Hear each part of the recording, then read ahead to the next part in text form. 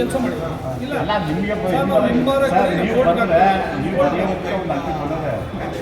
ಮುಳುಕಟ್ಟೆ ವೀರೇಗೌಡರು ನಾವು ಗ್ರಾಮಸ್ಥರು.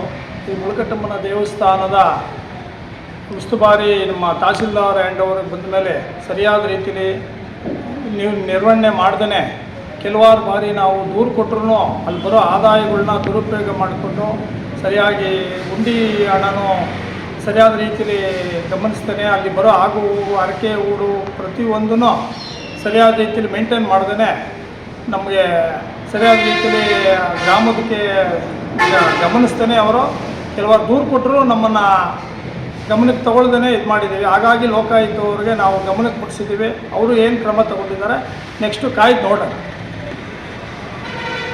VARIಗಳು ಈಗ ಬೆಳ್ಳಿ ಮಕ್ಷರಿ ಭಕ್ತಾದಿಗಳು 7 ಲಕ್ಷ ರೂಪಾಯಿದು ಈಗ ಕೊಟ್ಟಿದ್ದಾರೆ. ಅದ್ರ ಬಗ್ಗೆ ಏನಾರ ಮಾಹಿತಿ ತೊಗೊಂಡಿದ್ದಾರಾ ಹೇಗೆ ಇನ್ನೂ ಅದು ಗೊತ್ತಿಲ್ಲ. ಪೂಜಾರಿಗಳ ಬಗ್ಗೆ ಅದ್ರ ಬಗ್ಗೆ ಅವರು ಇದು ತೊಗೊಂಡು ಮಾಹಿತಿ ತೊಗೊಂಡು ಕೂಡಲೇ ಮಕ್ಷರಿನ ಅವರ ಹ್ಯಾಂಡ್ ಓವರ್ಗೆ ತೊಗೋಬೇಕು ಅಂತ ಕೇಳ್ಕೊತಾರೆ. ನೀವು ದುಡ್ಡು ಹೇಳಿಸ್ತೇನೆ ಯಾಕೆ ಮಾಡಿಕೊಂಡಿದ್ದೀರಾ, ಏನು ಕಾರಣ? ಈಗ ನಾನೊಬ್ಬನಿಗೆ ಎದುರ್ಕೊಂಡು ನೀವು ದುಡ್ಡು ಹಾಕಿದ್ದೀರಿ ದೇವಸ್ಥಾನದಲ್ಲಿ.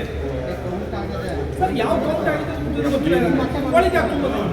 ಅಲ್ಲಿ ಕೌಂಟ್ ಈ ಕೌಂಟ್ ಆಗೋದ್ರಿಂದ ಎಷ್ಟೊಂದು ಹೇಳ್ತೀರಿ, ಅವ್ರನ್ನ ಈಗ ಬಂದಿರೋದು ಏನು ಮಾಡ್ತೀರಿ? ದುಡ್ಡು ಎಷ್ಟು ಲಕ್ಷ ಆಯಿತು ಕೌಂಟ್ ಆಗಿದೆ ಅಂತ ಎಷ್ಟಾಗಿತ್ತು ಕೌಂಟ್? ಸರ್ ನಿಮಗೆ ನಾನು ಸರಾಸರಿಗೆ ಬರ್ತಿದ್ವಲ್ಲ ಕೌಂಟಿಗೆ, ಯಾಕೆ ಮೊನ್ನೆ ಸರ್ ಎಷ್ಟು ನೀಟಾಗಿ ಆಯಿತು ಸರ್? ನಾನು ಅವತ್ತು ಹೋಗಲಿಲ್ಲ. ಪ್ರತಿ ಸಾರಿ ಕರೆಕ್ಟಾಗಿ ಆಯ್ತಾ ಇದ್ದಿದ್ದು ಈ ಸರಿ ಯಾಕಾಗಲಿಲ್ಲ. ಯಾಕೆ ಮಾಡಿದ್ರೆ ಹಂಗೆ? ಯಾಕೆ ಕ್ಲೋಸ್ ಮಾಡಿದ್ರೆ ನೀವು ದುಡ್ಡು ಕಾಸು ಮಧ್ಯೆ ಹಾಕ್ತಿದ್ರೆ ಚಿಲ್ಲರೆ ಹಾಕಿದ್ರೆ ಚೇಂಜ್ ಕೊಡುವಂಥದ್ದು ಏನಿತ್ತು ನಿಮಗೆ? ಅಷ್ಟೇ ಕೌಂಟ್ ಹಾಕಬೇಕಾಯ್ತು. ಬ್ಯಾಂಕ್ ಕೊಡ್ತೀನಿ ಯಾಕೆ ಮಾಡಬೇಕು? ಅದು ಮಾಡಬಾರ್ದು, ಅದನ್ನು ಮಾಡಬಾರ್ದು. ನೀವು ಹೇಳಿಸ್ಬಿಟ್ಟು ಲಾಸ್ಟ್ ಕೊನೆಯಲ್ಲಿ ಚೇಂಜ್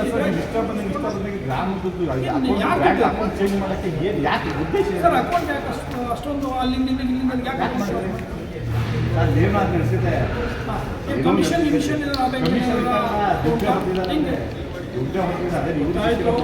ಸರ್ ಅದೆಷ್ಟು ಖರ್ಚು ಮಾಡೋರೆ ಮಾಹಿತಿನ ನಿಯಮಾನುಸಾರ ಕೊಡ್ತೀವಿ. ರೊಕ್ಕ ಮೇಲೆ ಆಸ್ತಿ ಕೇಳ್ತಾ ಇದ್ದೀನಾ?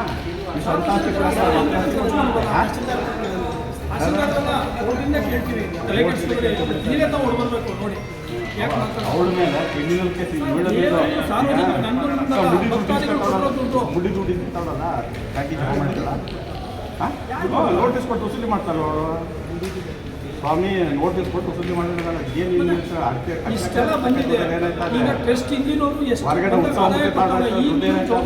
ಎಷ್ಟು ಕೋಟಿ ಬಂದಿದೆ ಎಲ್ಲದೇ 12 ಉತ್ಸವ ಮೂರ್ತಿಗಳು ಹೋಗ್ತಾವಲ್ಲ ಸಾಲ ಕಡೆಯಿಂದ ಬಂದಮೇಲೆ ನೀವೇನು ಕ್ರಮ ತಗೊಂಡ್ರೆ ಸರ್? ನೀವು ರಿಪೋರ್ಟ್ ಮಾಡ್ಕೊಳ್ಳಿ. ನೀವು ಯಾಕೆ ಕ್ರಮ ತಗೊಂಡಿಲ್ಲ? ನೀವು ಸರ್ ಸಾಲ ಕಡೆಯಿಂದ ಬಂದಮೇಲೆ ಅಲ್ಲಿವರೆಗೆ ಸ್ವಾಮಿ ಊರೊಳಗೆ ಎಲ್ಲ ಕೊಡೋಣ ಫೋಟೋ ಎಲ್ಲೆಲ್ಲಿ ನಡೆಸ್ತಾರೆ ಊರೊಳಗಿರೋಲ್ಲ ಹೋಯ್ತಾವಲ್ಲ. ನೀವು ಬಂದ್ಮೇಲಾಗಿರೋದು ನೀವು ಬಂದ್ಮೇಲಾಗಿದ್ದು ನೀವು ಯಾಕಷ್ಟು ಗ್ರಾಮ ಅರಾಜಕ ನೀವು ಹಾಕ್ಬಿಟ್ರೆ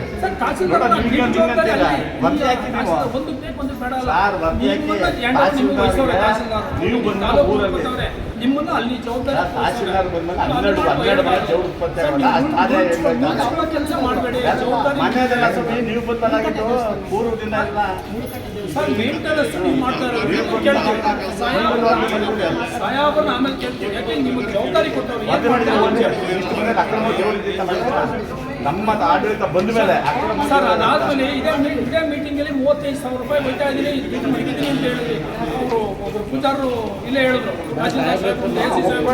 ದಾಖಲೆ ಕೊಡ್ತೀನಿ, ದಾಖಲೆ ಇದೆ. ಆ ದಾಖಲೆಗೆ ನೀವೇನು ಕ್ರಮ ತಗೊಂಡ್ರಿ? 12 ದೇವರು ಹೊರಗಡೆ ತಗೊಂಡ್ರೆ ಯಾರು ಪರ್ಮಿಷನ್ ಎಲ್ಲ ಏನಾರ ನೀವೇನಾರ ಅವ್ರಿಗೇನಾರ ಏನಾರ ಇಟ್ಕೊಂಡಿದ್ದೀರಾ? ಅದು ನನಗೆ ಗೊತ್ತಿಲ್ಲ. ಮತ್ತೆ ಯಾಕೆ ಅವಕಾಶ ಕೊಟ್ಟು ನನಗಿಲ್ಲ ಅಧಿಕಾರ, ನಿಮ್ಗೆ ಅಧಿಕಾರ ಅಲ್ಲ ಕೇಳಕ್ಕೆ.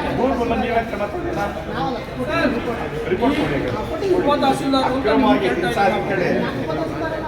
ಆಗಲಿ ಜವಾಬ್ದಾರಿ ಅವ್ರು ಬಂದಿಲ್ಲ. ನಿಮಗೆ ಸೇರಿಸ್ತಾರೆ ಅಕಸ್ಮಾತ್ ಸೇರಿಸ್ತಾರೆ ಜವಾಬ್ದಾರಿ ಜವಾಬ್ದಾರಿ ನಿಮ್ದು ಜವಾಬ್ದಾರಿ